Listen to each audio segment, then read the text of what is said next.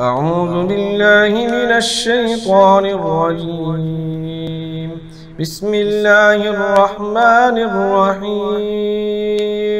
تبارك الذي بيده الملك وهو على كل شيء قدير، الذي خلق الموت والحياة ليبلوكم أيكم أحسن عملا وهو العزيز الغفور، الذي خلق 7 سماوات طباقا ما ترى في خلق الرحمن من تفاوت فارجع البصر هل ترى من فطور ثم ارجع البصر كرتين ينقلب إليك البصر خاسئا وهو حسير، ولقد زينا السماء الدنيا بمصابيح وجعلناها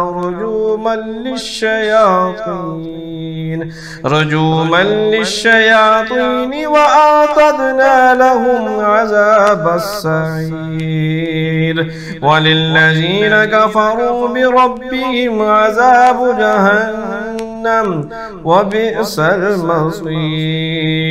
إذا ألقوا فيها سمعوا لها شهيقا وهي تفور تكاد تميز من الغيظ، كلما ألقي فيها فوج سألهم خزنتها ألم يأتكم نذير؟ قالوا بلى قد جاءنا نذير فكذبنا وقلنا ما نزل الله من شيء إن أنتم إلا في ضلال كبير. وقالوا لو كنا نسمع أو نعقل ما كنا في أصحاب السعير، فاعترفوا بذنبهم فسحقا لأصحاب السعير. إن الذين يخشون ربهم بالغيب لهم مغفرة وأجر كبير. وأسروا قولكم أو اجهروا به إنه عليم بذات الصدور. ألا يعلم من خلق وهو اللطيف الخبير. هو الذي جعل لكم الأرض ذلولا فامشوا في مناكبها وكلوا من رزقه وإليه النشور.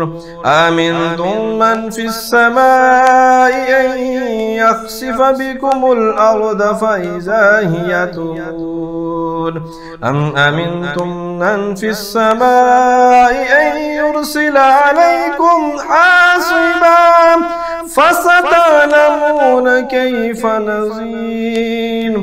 ولقد كذب الذين من قبلهم فكيف كان نكير. أولم يروا إلى الطير فوقهم صافات ويقبضن ما يمسكهن إلا الرحمن إنه بكل شيء بصير. أمن هذا الذي هو جند لكم ينصركم من دون الرحمن إن الكافرون إلا في غرور. أمن هذا الذي يرزقكم إن أمسك رزقه بل لجوا في عتو ونفور. أفمن يمشي مكبا على وجهه أهدى أمن يمشي سويا على صراط مستقيم. قل هو الذي الذي أنشأكم وجعل لكم السمع والأبصار والأفئدة قليلا ما تشكرون قل هو الذي زرعكم في الأرض وإليه تحشرون ويقولون متى هذا الوعد إن كنتم صادقين قل إنما العلم عند الله وإنما أنا نذير مبين فلما رأوا زلفة سيئت وجوه الذين كفروا وقيل هذا الذي كنتم به تدعون قل أرأيتم إن أهلكني الله ومن معي أو رحمنا فمن يجير الكافرين من عذاب أليم قل هو الرحمن